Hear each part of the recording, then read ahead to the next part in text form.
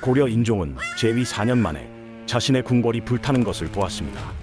불을 지른 것은 적이 아니었습니다. 왕의 외할아버지 이자겸이었습니다. 살아남은 왕은 폐허 위에 섰습니다. 개경은 이제 자신의 땅이 아닐 수도 있다는 것을 느끼면서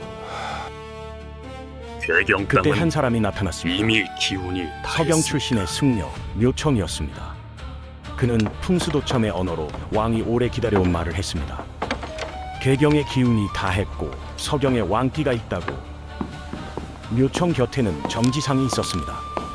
서경 출신의 문신이자 시인 첩균경을 탄핵한 공으로 조정에 발을 들인 인물이었습니다.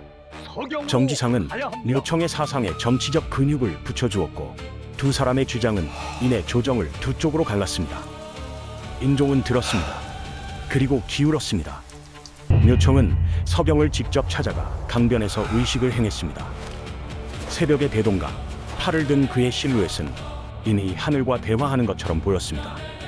서경은 꿈처럼 빛났고 왕은 믿었습니다. 1127년부터 서경에 대화궁이 세워지기 시작했습니다.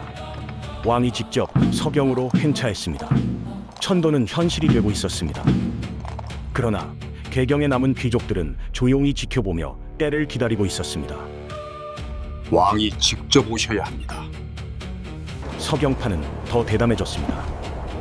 묘청은 대동강에서 기름불이 타오르는 장면을 연출하며 이것이 하늘의 징조라 선포했습니다. 군중이 경탄했고 조정의 일부도 흔들렸습니다. 그러나 모든 연극에는 막이 내리는 순간이 있습니다.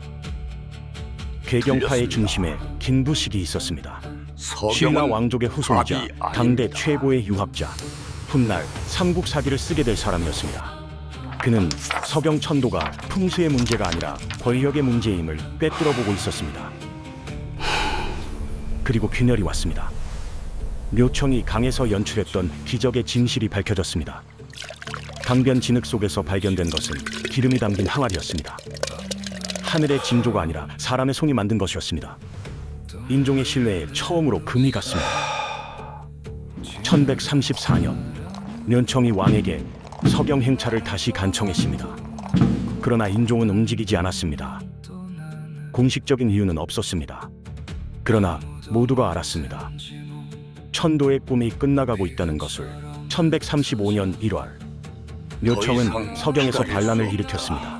나라 이름을 대위, 연호를 천계라 선포했습니다. 고려 안에 새로운 고려를 세우겠다는 선언이었습니다. 반란의 실질적 무력은 서경의 무신 조광이 쥐고 있었습니다.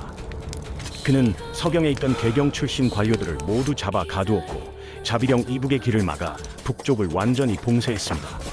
인종은 긴부식을 원수로 임명했습니다. 긴부식은 출정에 앞서 가장 먼저 한 일이 있었습니다. 개경에 남아있던 서경파 핵심 인물들 정지상과 백수환을 처형한 것이었습니다.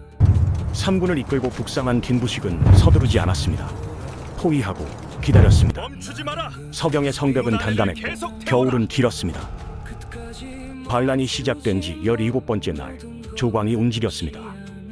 묘청과 유참을 죽이고 그 목을 개경으로 보냈습니다. 항복을 청한 것이었습니다. 그러나 개경은 항복을 받아들이지 않았고 조광은 다시 성문을 닫았습니다. 여기까지 왔다. 조광은 이듬해 봄까지 버텼습니다. 멈출 수 없다. 1136년 2월 서경은 끝내 함락되었습니다. 반란은 1년 1개월 만에 진압되었습니다. 긴부식은 개선했습니다. 인종은 홀로 왕좌에 앉아 있었습니다. 그는 이후 정치적 활력을 거의 잃었습니다. 약 800년 뒤 독립운동가 신채호는 이 사건을 조선 역사 천년내 제1대 사건이라 불렀습니다. 그는 묘청의 패배를 고려가 진취적 노선에서 보수적 질서로 돌아선 분기점으로 보았습니다. 그러나 이 해석은 오늘날까지도 논쟁이 이어지고 있습니다.